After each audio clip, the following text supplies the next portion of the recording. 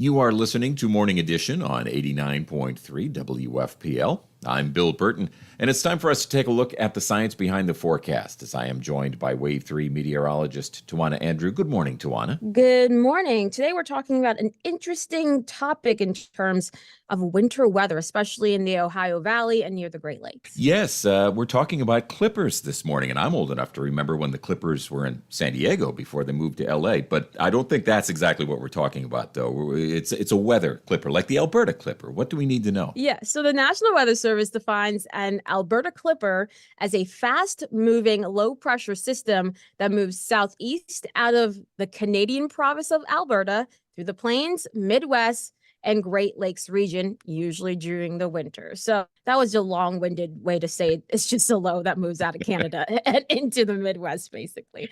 So as an Alberta clipper moves by, it usually brings some strong winds, light snow, and much colder temperatures to an area. So basically how these form, an Alberta clipper will begin as an area of low pressure that moves towards British Columbia's Pacific coast.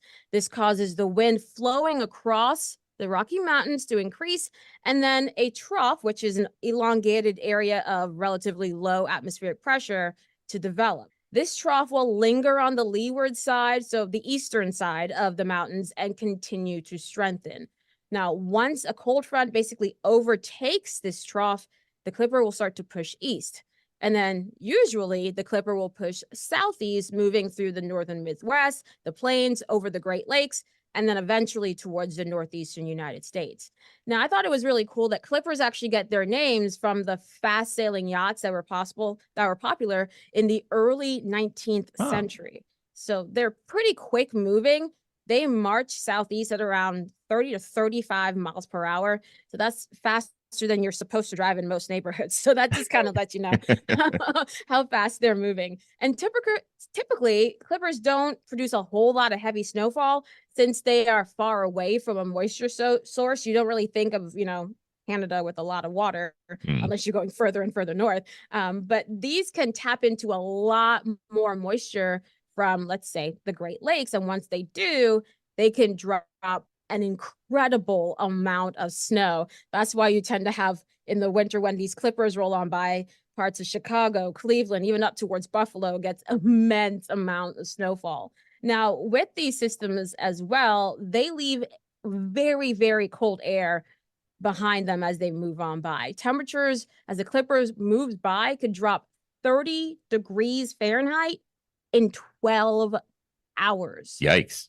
Yeah, so that is definitely a big change in your wardrobe in just one day as one of these moves by. In addition to the cold air, they have powerful wind gusts. You can get sustained 40-mile-per-hour winds with gusts of 60 miles per hour with a stronger clipper. So that kind of puts into context how strong they are as well. And the Alberta clippers are pretty common during December and January.